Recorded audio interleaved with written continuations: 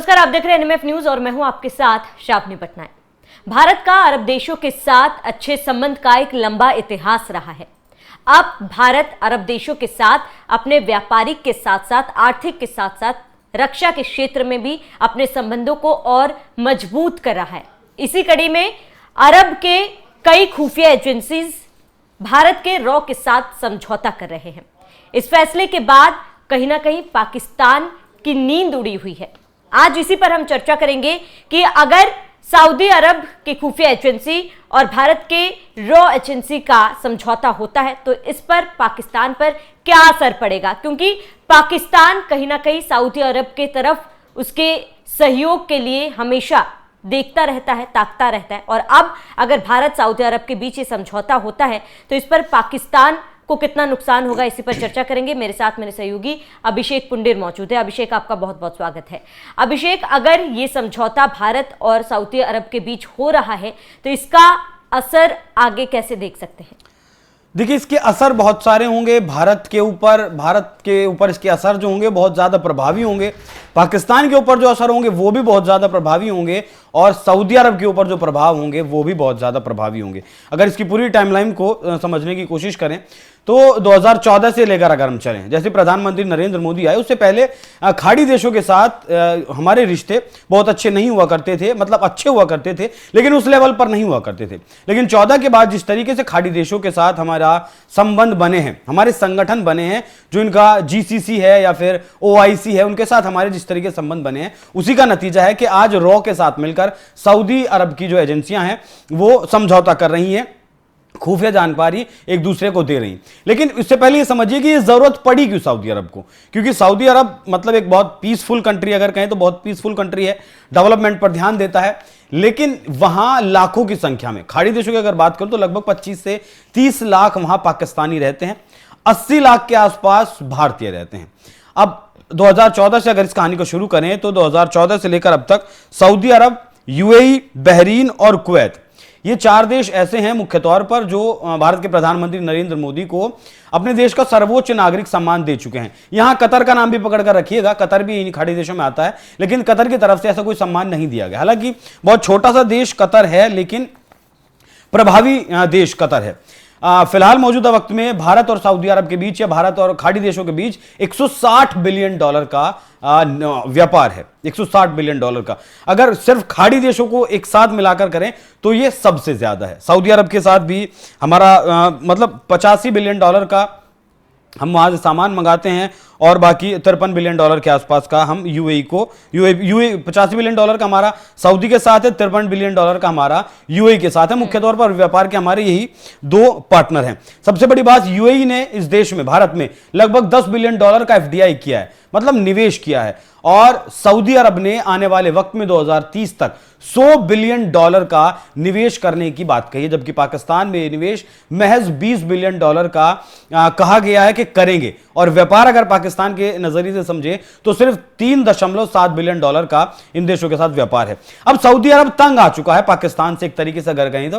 हालांकि पाकिस्तान की जो फोर्सेज हैं, आर्म्ड फोर्सेस जो हैं, वो अक्सर सऊदी में जाती हैं, वहां प्रैक्टिसेस करती हैं, ड्रिल्स करती हैं, क्योंकि सऊदी के पास अपनी बहुत ज़्यादा आर्मी नहीं है। अमेरिका की भी आर्मी वहां रहती है, तो एक तरीके से कहें कि पाकिस्तान की आर्मी को वो ठेके पर लेता है, जो उसके काम करना होता है वो करता है और फिर वापस से भेज देता है। अब सऊदी अरब की जिस तरीके से भारत के साथ नजदीकी बढ़ी है वो पाकिस्तान के लिए बहुत चिंता का विषय क्यों है? जैसा मैंने आपको बताया, लगभग 25 लाख पाकिस्तानी खाड़ी देशों में रहते हैं। उनमें सऊदी अरब है, UAE है, बहरीन है, कतर है, कुवैत है। अब यहां पाकिस्तान क्या करता है? यहां पाकिस्तान ने अपने ISI के बहुत सारे ठिकाने बनाए हुए हैं।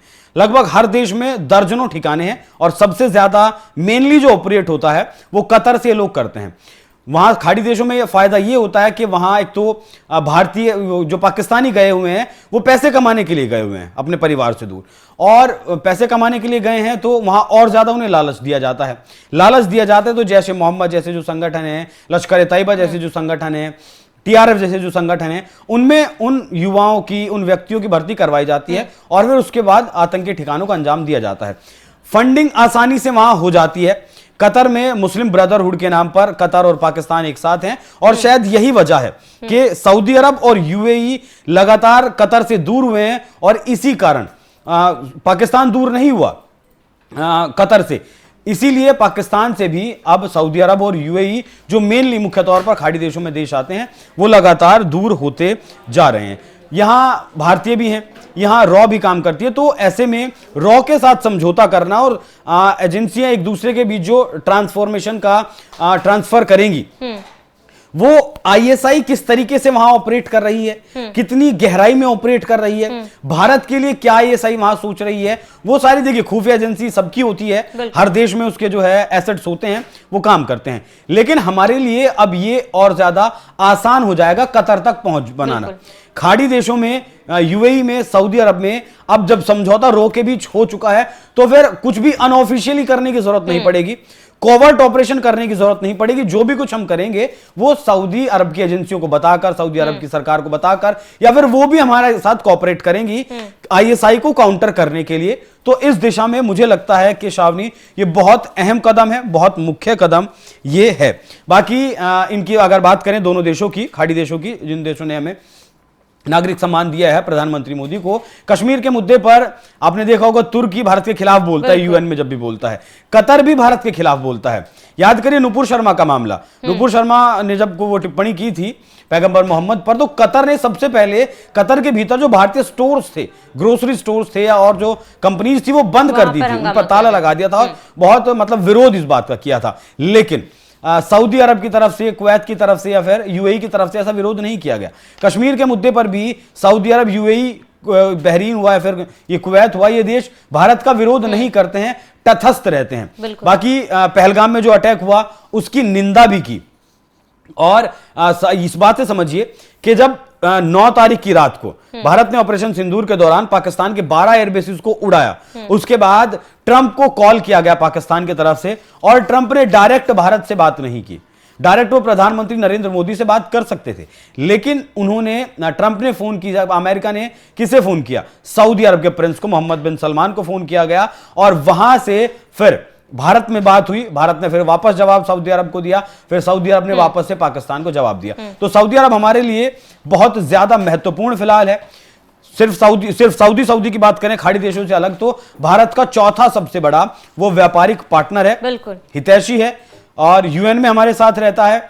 अब रक्षा, हालांकि 2023 में ये सबसे अहम काम हुआ जब इस समझौते पर हस्ताक्षर हुए, या फिर इस पूरा समझौते का मसौदा तैयार किया गया। उसके बाद जो पाकिस्तानी सेना के साथ अभ्यास सऊदी की फोर्सेस किया करती थी, वो अभ्यास अब भारतीय फोर्सेस के साथ हो रहा है। वो इंडियन नेवी हो या फिर एयरफोर्स हो या फिर हमारी आर्मी हो, इनके साथ अब सऊदी ये ऑपरेशंस कर रहा है या फिर प्रैक्टिसेस कर रहा है, युद्धाभ्यास कर रहा है। इससे पाकिस्तान के ऊपर सऊदी की जो निर्भरता है वो बेहद कम हो गई है। सऊदी अरब को ये पता है कि उसका फायदा किस देश के साथ रहने में है, क्योंकि समय समय पर सऊदी अरब ने हमेशा ये दिखाया है कि जिस तरीके से वो भारत का साथ देता है, और इसके साथ ही क्योंकि आपने कहा कि हमेशा सऊदी अरब तटस्थ रहता है, चाहे पहलगाम हमले की बात की जाए, ऑपरेशन सिंदूर को लेकर बात की जाए।